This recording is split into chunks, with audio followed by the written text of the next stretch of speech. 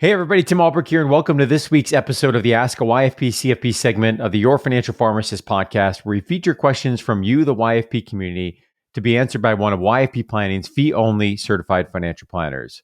Before we jump into today's question, I want to give a shout out to YFP Planning's incredible team that makes this segment possible. YFP Planning offers fee-only comprehensive financial planning that is customized to the pharmacy professional. So whether you want to optimize your investing plan, pay off student loans, or simply build a solid financial plan, YFP Planning will help get your income working for you rather than the other way around. You can learn more by visiting yfpplanning.com. Again, that's yfpplanning.com. Okay, this week's question comes from a recent webinar that we did. And Tim, the question is thoughts on refinancing higher interest rate loans on the Fed side and leaving the lower interest rate loans in the federal system. So sparsing out the loans, looking at the higher interest rate ones, perhaps refinancing those, but leaving the lower interest rate ones there. What are your thoughts? Yeah, so I don't think this is a bad idea mathematically. I think it just depends on a few factors and like what you believe, and a lot of that goes into like looking at the crystal ball, and kind of predicting the future a little bit. So I think if you believe that the Biden administration is done with forgiveness, then I would be more open to this path.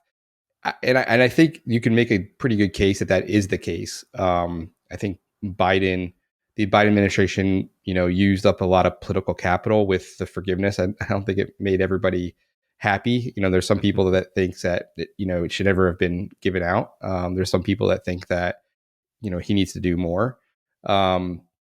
So I would weight this one a little bit lower, in terms of like, I can't predict the future, but I would doubt there would be more forgiveness coming. I think the other thing that I would consider is, given the fact that the economy isn't in the best spot, if you refi, do you get the same protections that the federal government offers? So the government will allow you to kind of turn off payments due to hardships, like if you were to lose a job. So that would be another thing that I would consider is like, I would be asking a refi company if the economy takes a turn for the worse and I get laid off, is that something that you'll work with me with? And sometimes because the refi companies or private companies are for profit, they don't necessarily have the flexibility that the U.S. government has. That's, backed by the full faith and credit of, the taxpayer and the government itself. So, it's kind of an unfair advantage competing with the government. So I would just be wary of that, given the economic climate. And then I think the last thing, Tim, would be just what is the refi rate, and, back before, interest rates started to climb, you could get a good amount of like points shaven off your loans. So I would just want to see like what the delta is. So am I refinancing from usually I would say anything greater than 6% is high. But that might not be the case anymore just because of where interest rates have gone, in the last year. So I would want to weigh that with the delta of like, okay, am I going from a 7% to a 5% or a 6%? And then just kind of understand what the numbers, we always say that the student loans can be a very an emotional thing, but then overlay the numbers to help you guide your decision on what to do. So those would be the things I would consider. I think mathematically the concept makes sense, but I think if you overlay, the future of forgiveness, what the protections would be if you do refi, and then what the refi rate actually would be, those would be the factors that I'm weighing as I'm looking at this decision to leave the federal government or not with regard to the loans.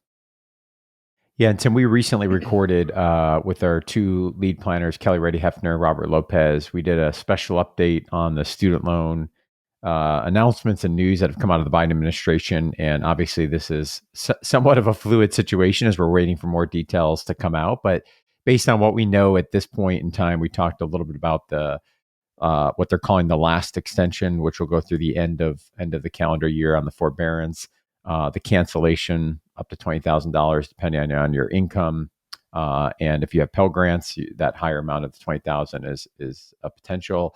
And then also what we're seeing in a shift in a new income-driven repayment plan. Again, waiting for more details. So I think it's a good opportunity. Here we are getting ready to go into the month of October. Good opportunity with these last few months of the year to really use this forbearance period to evaluate, what is my loan situation? What are the options that are out there? There's many. We've talked about before on this show how important it is to really get this decision right, not only mathematically, but as you mentioned, also considering, how do you feel about the debt and what else is going on in the financial plan?